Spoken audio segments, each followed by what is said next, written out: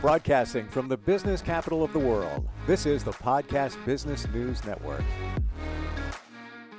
Now, we've been in many challenging situations in our lives. Let's say you're somebody that has been responsible for a team, maybe running a business.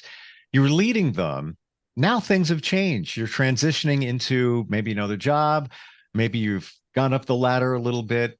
How do you make that transition, but still remain strong, still remain open to learn? That's just a piece of what he helps leaders with all the time. And he's the owner and CEO of Cool Persistence Coaching, LLC. Marsh Dumlao is back with us. We're going to talk about all of this today. Welcome back. How are you doing today? Oh, it's great to be back. It's always good to see you, Steve. It's awesome. You too.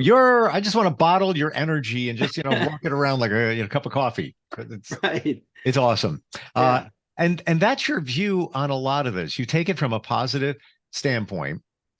And it's challenging if you are somebody that has established yourself as a leader in any capacity.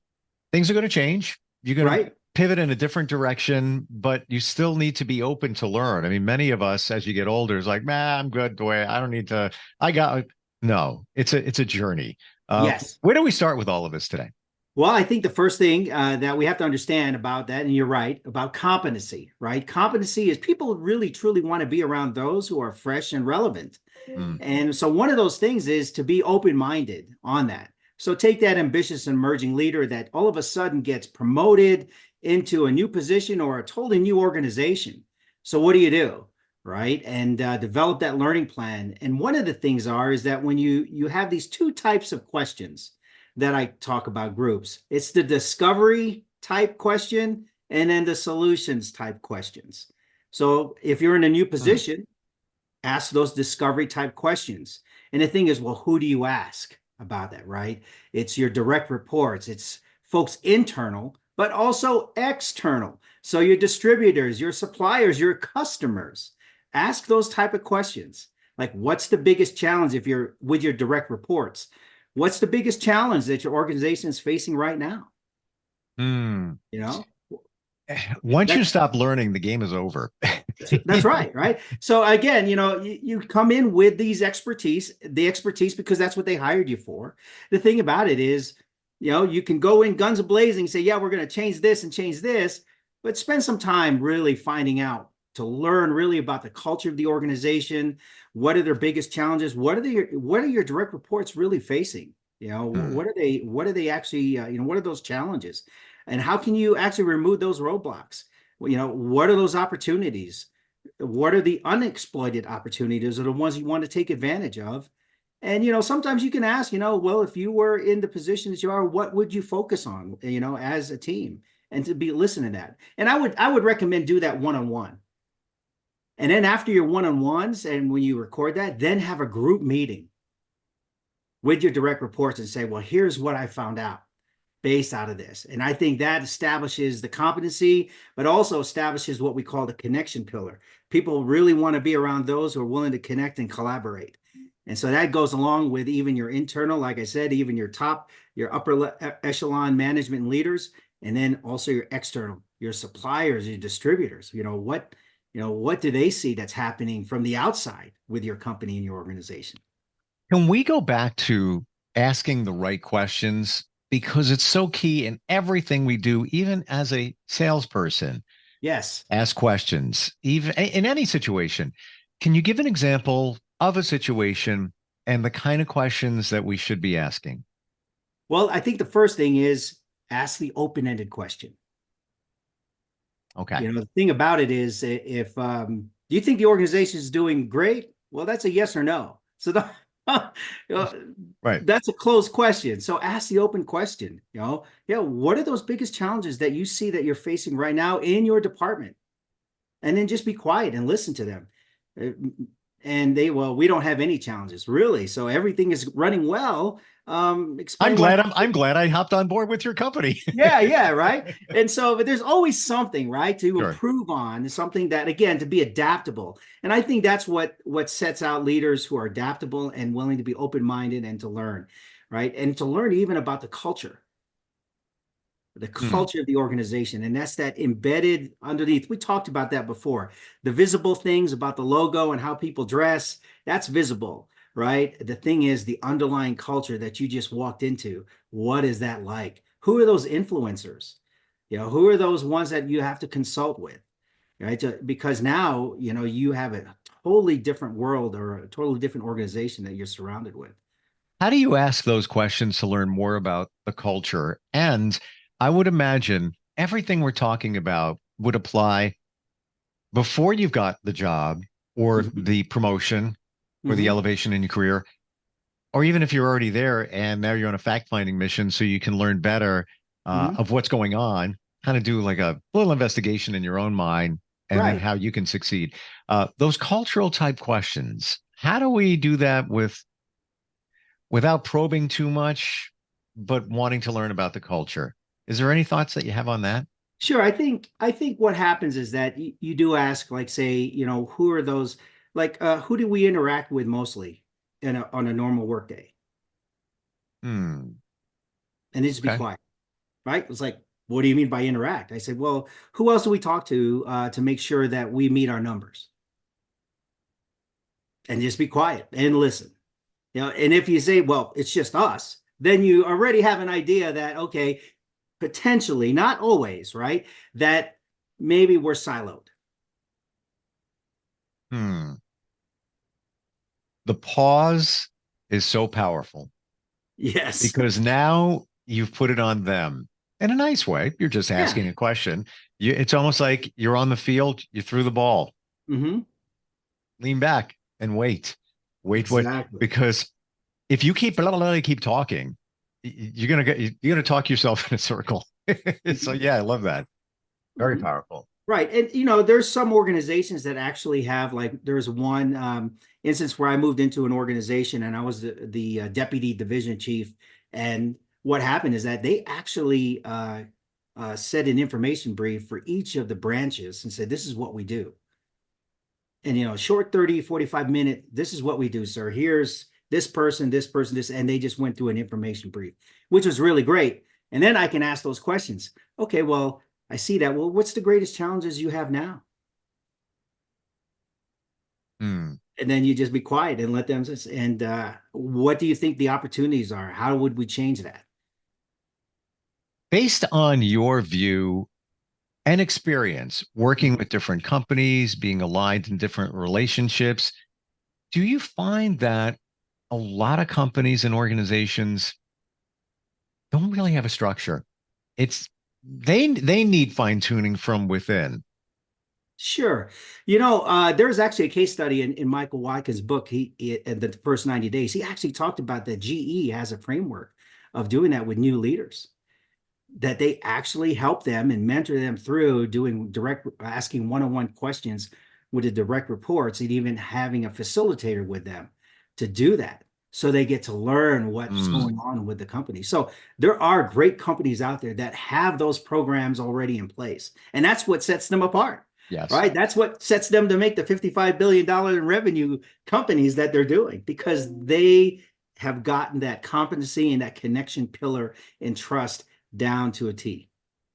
And, it's so funny you say that. And we've talked about those pillars previously, but when the system, procedures, all of this, the culture, all of that Mhm. has not been firmly established, then I have to believe that there is a lack of some trust of the employees because they're not really sure what's going on. Their leaders aren't really sure what's going on. I think I shared with you, I joined a men's group about 2 months Yeah. ago. Very impactful, really good. And we had a graduation of one phase 2 nights ago. Awesome. And in a tribe of 40 men, it came up. What do you see needs change in our organization? Now, this is Wow. an organization for leadership and community service. All good. Plus, you learn about yourself and very impactful. However, the number one thing that came up is clarity. Clarity.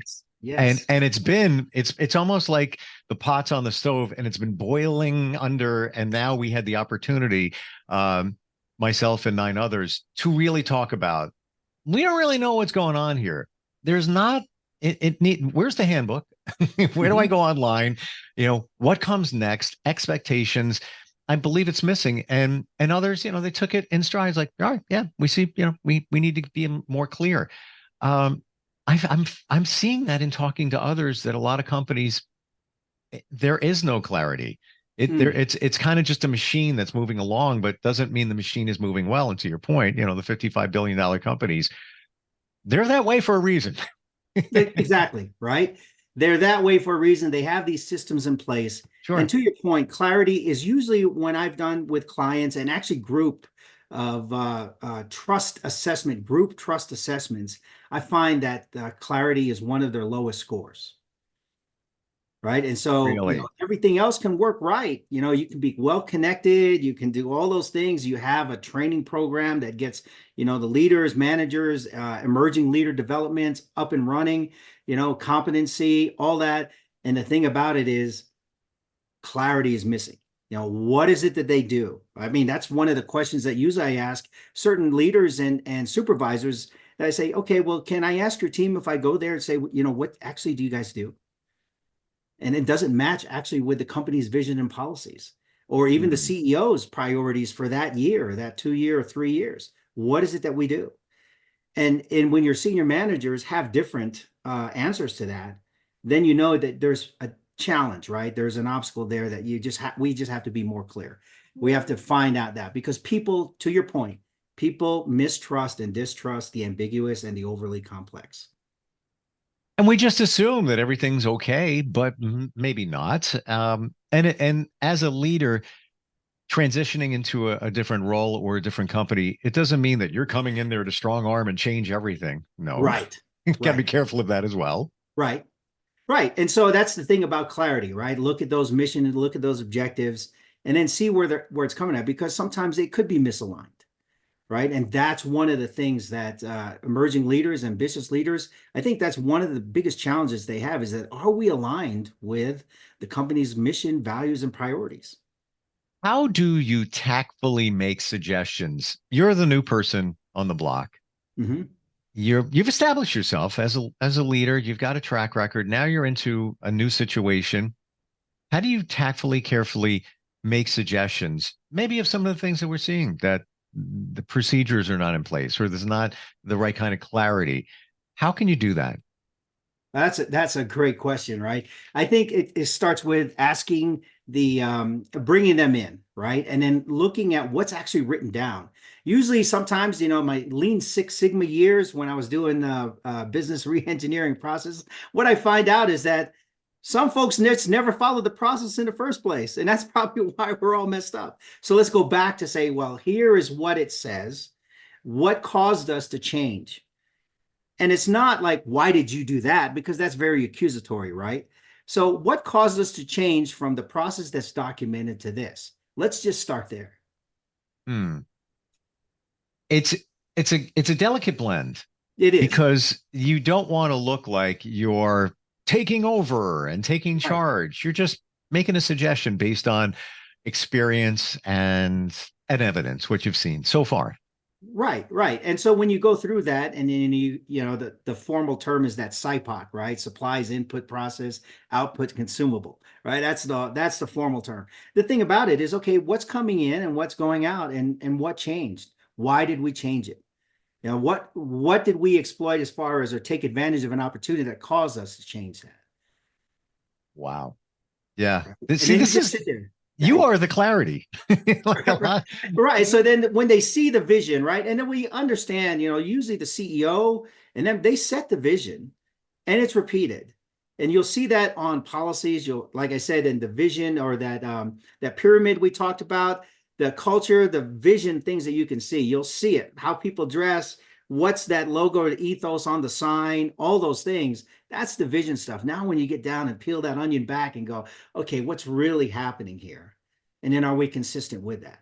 And if you are, great. That's what makes a company great. If it's not, then this is why you were hired in the first place, to get that. When you start peeling those layers back, I have to believe you're also going to discover personality challenges, Yes. conflicts. That's going to be revealed people are going to talk. Somebody's going to say, "Oh yeah, Marge over there, yeah, she's a tough one." Or Things even like that. Marsh, right? Marsh is that guy. Why is Marsh always asking all these questions, right? I think, and then getting back to that clarity, there's also that communication clarity.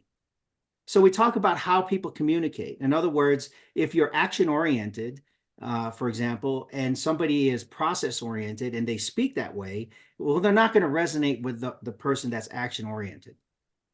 Right. I think Hmm. you're familiar with the DISC profiles of communication behavior, dominant, influence, steady state, and compliance.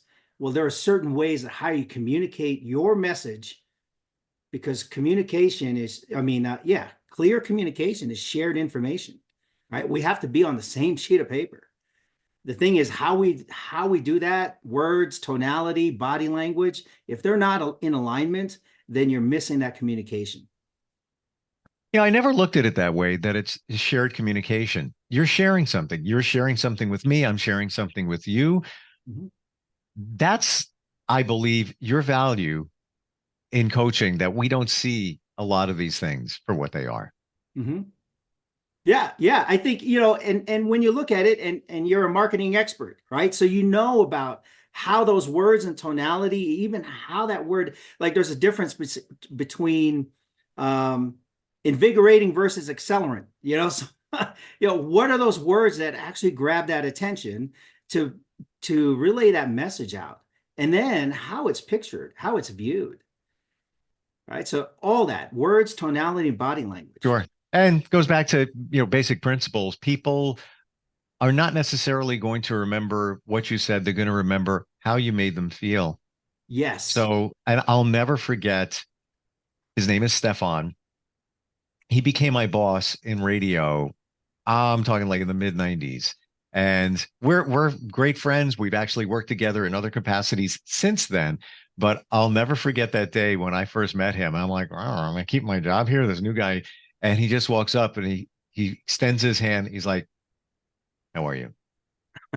No emotion, Wow. nothing. It was just like, "Hi, nice to meet you." And what he was doing is what we're talking about. It's almost as if he voided everything because he Mm. was learning what was going on within the company. And he came from another state. It wasn't, he was a fresh hire. So he was getting a Mhm. look, but he didn't want to give up who he was and what he was. It was interesting. And now, when we talk, he is a very inspirational, detail oriented individual, but I never knew anything about that in the beginning. He was doing essentially what we were talking about, going on that for the first couple of weeks, the fact finding mission. Marsh, Yes. in those situations where you are new, Hmm. whether it's the same company, different division, or a brand new company, or you've been flown in out of state, what are some of the other things that we should remember as we're going through that transition?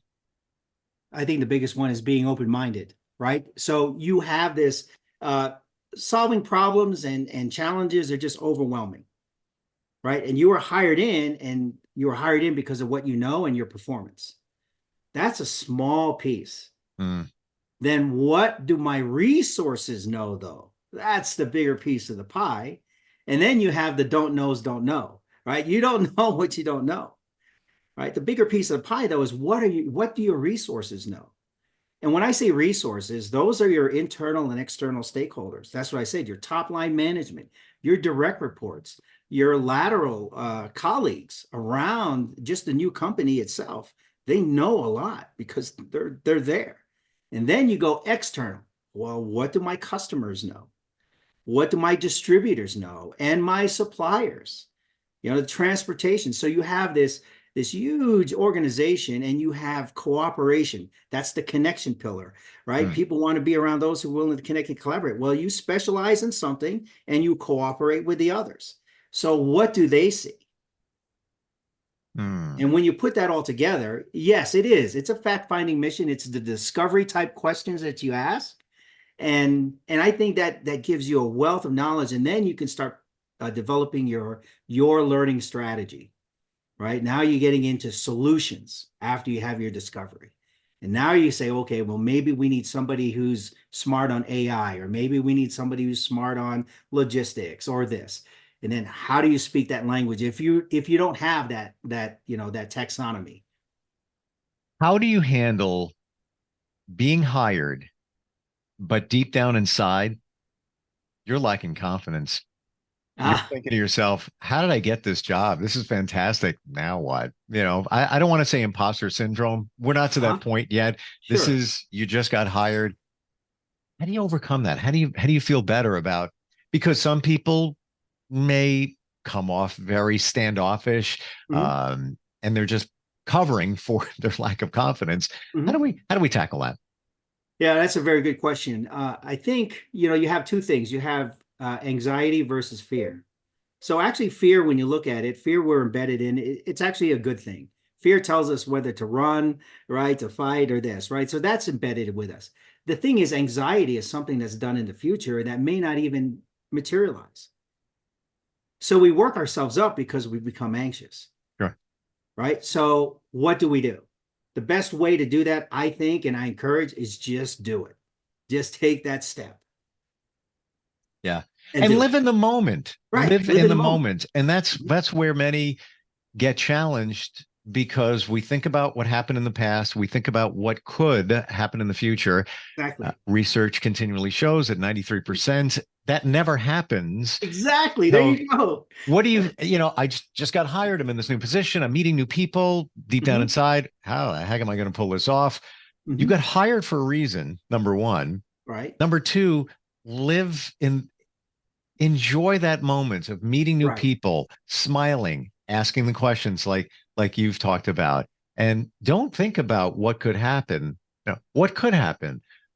6 months from now, they think that I'm not competent, and maybe I get terminated. Mhm. Why are you worrying about that? You got hired Yeah. for a reason. Live now, Right. right? It's that attitude of gratitude, right? Have that and just walk in and to your point, I moved from supply logistics in the Navy into combat systems. Totally Yeah. 180. Just I'm And still processing those words, going from here to what you dealt with to what you so how to do basically it. doing food service, logistics, transportation management, acquisitions and budget to rolling airframe missiles and radar and IT. They're so connected. Not. Yeah, right. And so, and without the formal, usually they send you to school and do these things, but there was just a hot fill, and they said, Marsh, I need you out there. I said, okay, I'm on my way. But they thought of you for a reason. It wasn't like, all right, let me just, throw my hand on a name on a page here. Oh, Mhm. Marsh, throw him in there. Mhm. No, they saw things in you. They're not going to take a chance, especially, with the combat weapons situation, of just asking anybody. They saw something in you. Marsh, how do we connect with you? Somebody's got questions. Maybe they're anticipating a a change in their career. How do we start the process of even asking questions? Oh, yeah, that's great. So you can actually send me an email, mdumlao@focalpointcoaching.com. You can contact me by my cell phone, 719-330-7004. And then you can go on my website, marcialdumlao.focalpointcoaching.com.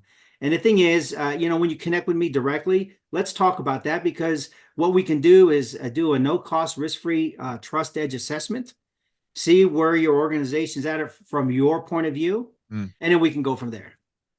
Especially even as a coach slash mentor, if somebody's just entering into this new position, it's almost like you're somebody whispering in their ear as they navigate through the different channels and work their way through. I just want to share Dumlao is Dumlao.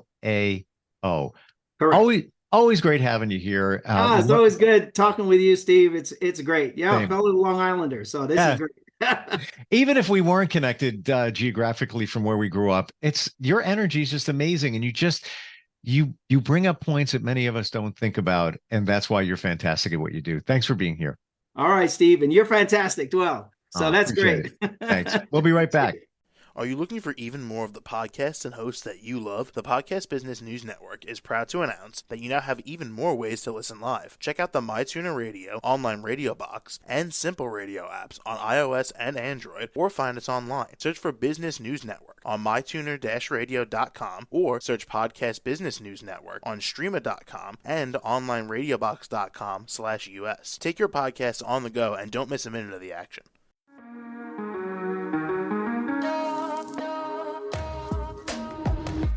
Broadcasting from the business capital of the world, this is the Podcast Business News Network. For nearly 2,000 severely injured veterans, everyday life has become filled with barriers. Day-to-day simple tasks can become pretty daunting. I have to carry my chair up 2 flights of steps or have somebody do it for me. What scares me the most is just the falling. When I'm struggling with my house, I think, to have that one great barrier just knocked down, it's crucial. Home for Our Troops is a wonderful nonprofit that builds a Mortgage-free, fully adaptive, handicap-accessible house. And there's no catch. It'll be our very first home that we've ever owned. This is a game changer. This is where your life begins again.